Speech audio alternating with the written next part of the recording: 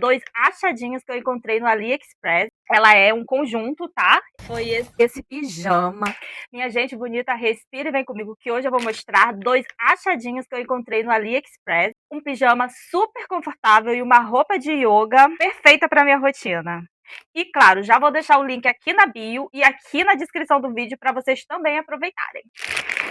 Então, aqui a roupa de yoga estava com um preço super acessível no site, então vocês vão ver. E aí, ela é um conjunto, tá?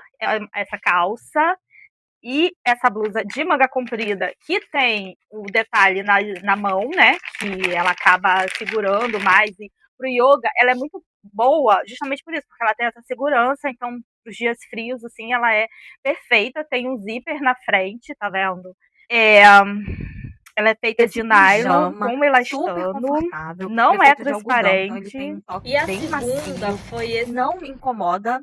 Eu gostei muito que ele tem elástico na cintura, né? Ou seja, ele se adapta a vários corpos. Esse aqui é o tamanho extra grande, então em mim ficou perfeito, né? Ele é muito maleável, ele estica. Não, a costura não incomoda, então ele é perfeito para aqueles dias de ficar em casa, bem confortável, para dormir. Se você também quiser, já clica no link eu vou deixar aqui na minha bio e eu também vou deixar na descrição desse vídeo para aproveitar esses achadinhos do AliExpress. Beijos!